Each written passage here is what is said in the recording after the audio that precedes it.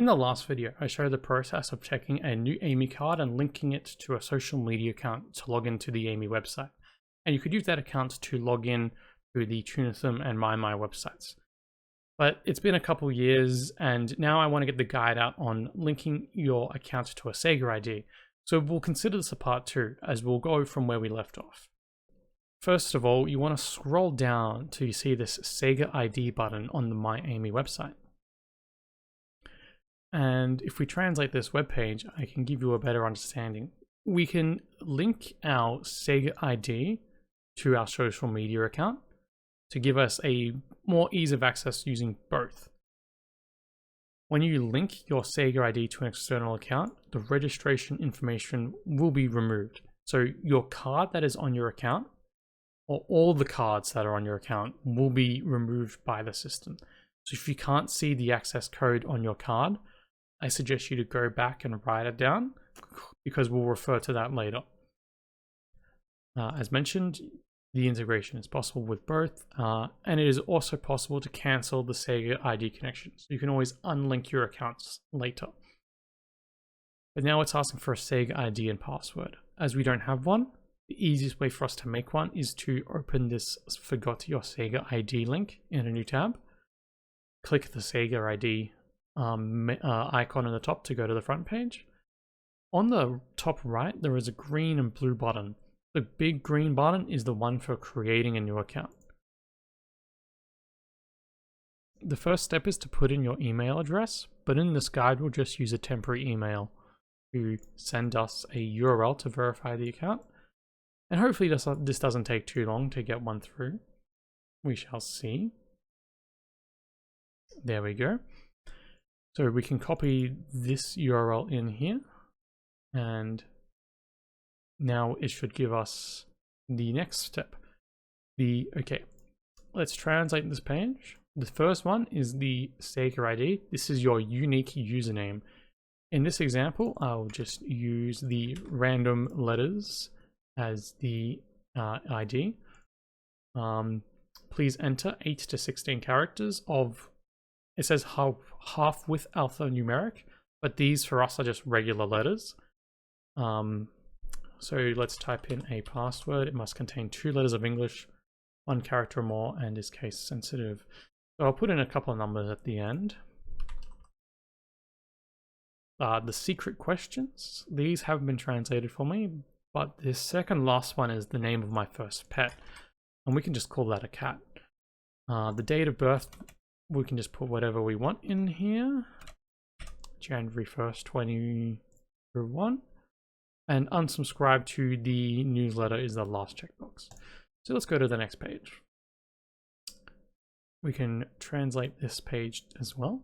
And it's just a brief summary of make sure all information is correct. We'll see that we want to agree to the terms and conditions. And for the hardest part of this process, it has given us a Japanese captcha. This for many is the pinnacle of how do I register for this Japanese website if I don't know Japanese.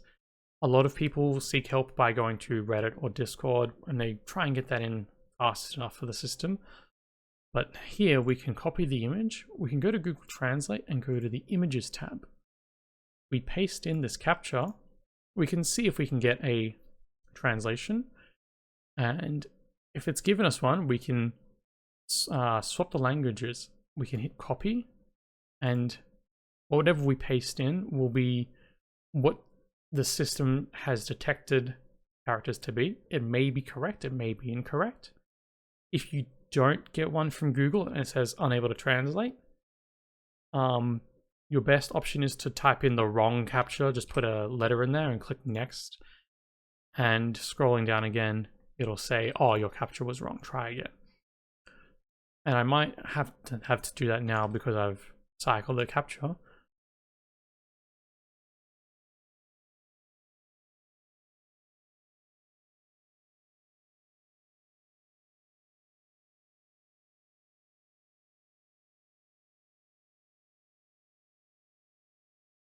So, as you might have seen, that did take a while, probably at least 10 different captchas we went through. Very hit and miss, but it showed a lot of Google not being able to read it or So if you keep trying, you will be able to get a valid captcha that can be passed by Google, and that's pretty good. So now that we have our account created, we can go back to Sega ID. We can copy in our username, type in our password, and we can agree to the terms and conditions and integrate with Sega ID. And then after doing that, it'll send us back to the login screen. What we can do now is we want to sign in again with the Sega ID. I'm not sure why it wants us to log in twice, but we can log in again. And we are now taken to myaime.net. So after doing that, our card has now been unlinked. As we can see here, if we jump to the Sega ID menu, we can see that our existing Twitter account has been linked to this Sega ID. But we should go back and register our card again to complete the process. Type in the bunch of numbers, hit the next button, make sure your details are correct. And now the card has been connected. We can go back to the front page, and that's about it.